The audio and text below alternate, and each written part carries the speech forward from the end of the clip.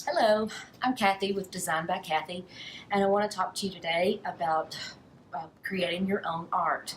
I know if you're like me, a lot of us, or I, have always been fascinated with artists and the things they can do, but I have now found something that I can totally enjoy and feel like I can make something, creative and have fun. I want to talk to you about the products that I'm going to use and why I'm going to use them.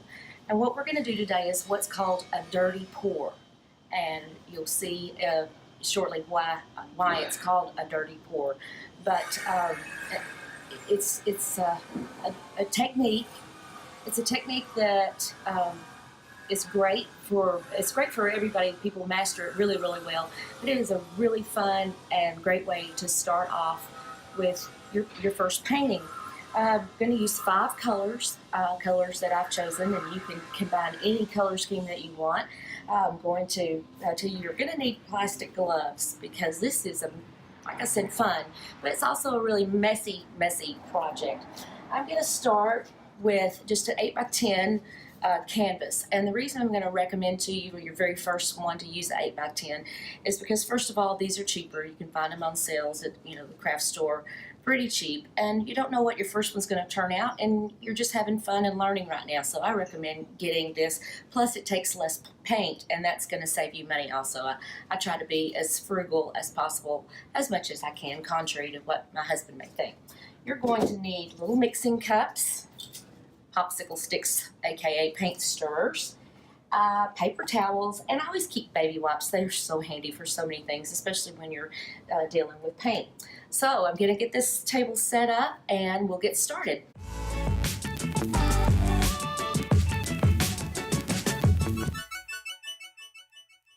Okay, so we're back now, and I want to talk to you about the products we're going to use. I am using the Craft Essentials paint. I'm going to be using black, a navy blue. This is actually Christmas green, but I thought it was a pretty green to go with what I had in my mind. So it's Christmas green and white. And last but not least, this is surf blue. And I love this color. I've mixed up 4 of my colors. So I want to do this last one to show you for this size canvas about how much I use and what else we're going to be using in it. I'm going to pour in, and I'm not measuring. It's just, if you can see, it comes to right about here. That's certainly not this is like a 6-ounce cup. So I'm not really sure measure-wise how much that is, but that's about where I judge it. I'm also going to be using about 8 drops of treadmill belt silicone lubricant. And you're saying, okay, that's really, really strange. Thing is, paint that you put on a canvas, it's made to stay there. What we need this paint to do when we get it all on here is to flow. We want it to flow over the canvas because it's going to create its own unique pattern. Also, to help your paint go a little further, and it's just a good additive, this is Liquitex Professional Pouring Medium. And what I've added to each of the colors is about a tablespoon. So I'm going to put that, about a tablespoon, and then roughly about 8 drops. This comes out pretty fast, so it's kind of hard sometimes to detect how many, so I count. Sort of like, pouring a shot.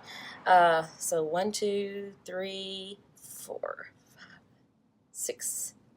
Sometimes I think I get 2 with 1. But anyway, got that. And then you want to stir it really well. And get it all mixed. And see, that gave us about that much more paint to each cup. So that's gonna make our paint go a little further. Now you want to leave room on your canvas for your paint to run over because, again, we're going to be making this paint flow across the canvas. So I'm just going to use 2 Dixie cups here, and I'm going to set my canvas carefully on here. Make sure it's pretty level. You don't want it to take off flying across the floor. And then I'm going to put on my rubber gloves because, again, I mean, it's latex paint. You can get it off your hands, but it's still messy. And sometimes, you know, if you might see something you need to snag out of there and you just don't want to have paint everywhere. Or I don't. I usually think people probably wonder what I've been doing when I go in a store, and I still have paint under my fingernails. But, oh well.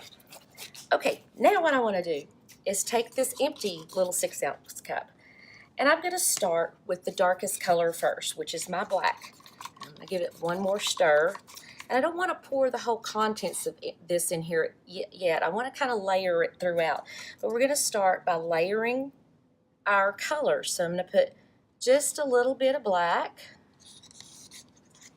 and then I'm going to go to my next darkest, which of course would be the Christmas green. And I want to layer a little bit of that. And we're not going to stir these together, and you'll see why when we get started. Then next will be my navy blue.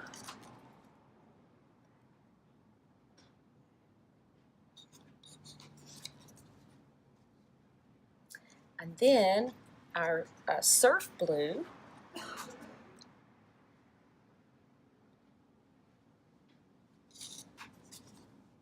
Then to our white.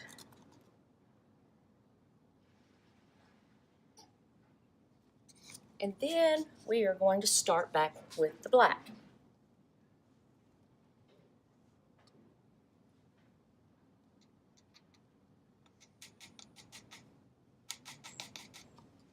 May have to help it out just a little bit.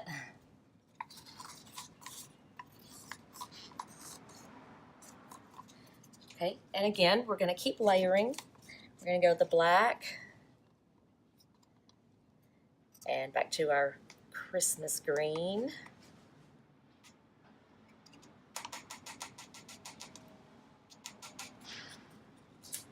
Our navy blue.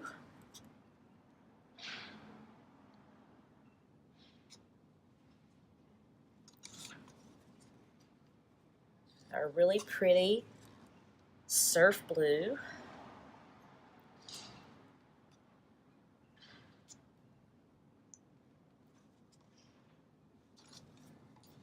And back to our white.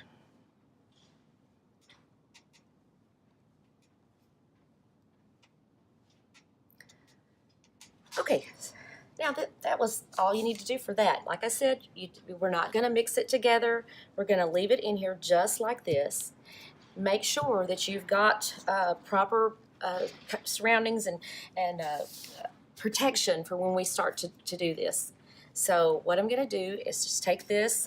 There's different ways you can do it. There is no right or wrong way. You can swirl it. You can start it all in the middle. But I'm just going to kind of go around the edges and kind of lap it back and forth a little bit. And as you can see, some of the colors are, they're blending with each other. They're kind of mixing, but not as if you just mix two colors to create something totally different.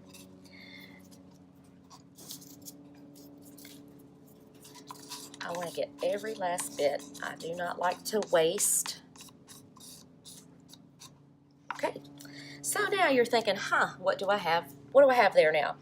Well, this is when it gets really messy and really fun. You're going to watch this paint because it's I don't know if you can tell, but it's really thick right now. But what we're going to do is we're going to start tilting it. Eventually, I'm going to let it run off the edges. Right now, I just want to cover the surface and let it kind of flow because the whole purpose of using those additives was to make it flow. So we want it to flow and cover the entire canvas. I don't recommend wearing clothes that you don't want paint on because it's just not recommended. So can you see that? Yeah, I hope you can see that is just really flowing, just kind of creeping across the canvas there. And it just looks really pretty.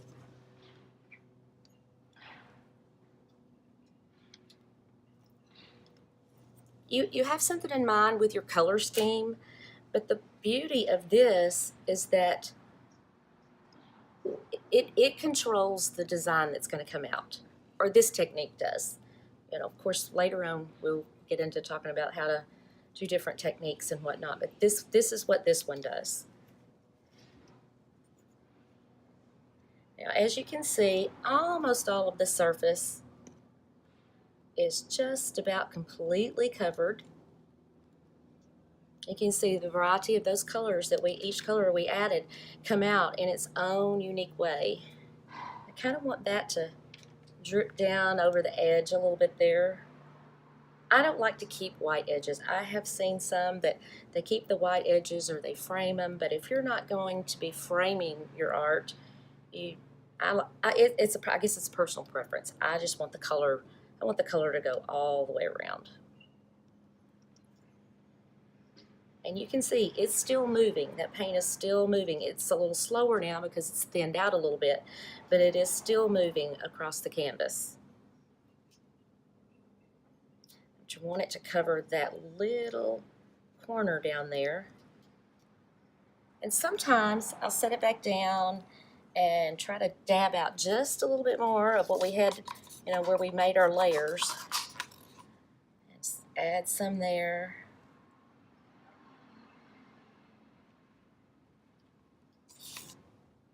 Like so. And then, let's see, I left out that corner. Let's get a little bit more. Actually, you can even do this. I love this color so much. I'm going to put a little dab of that down there. And maybe we'll add just a little white with it. And maybe a dab, if I can get any out of here, a little dab of black. Oh yes, I got plenty.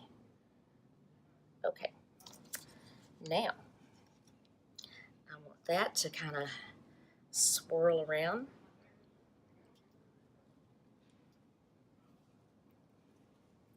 And you see, as I turn it over, that little dab that I put on that corner is going to go in a different direction.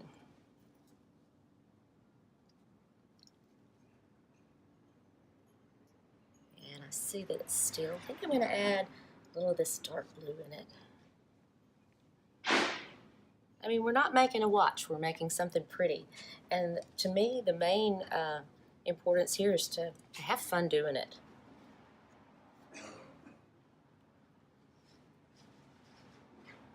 All right, that has covered all those corners. You can see the edge, it's covering pretty good. I'm going to help it a little bit since I do have my gloves on. I think I've moved my cups. Anyway, I want to just kind of take my gloves and make sure that all the white on the sides is covered. And as I've got a lot of extra paint down here. You can pick up whatever you need. Kind of make sure those are all, I want the white parts, the canvas parts are all covered.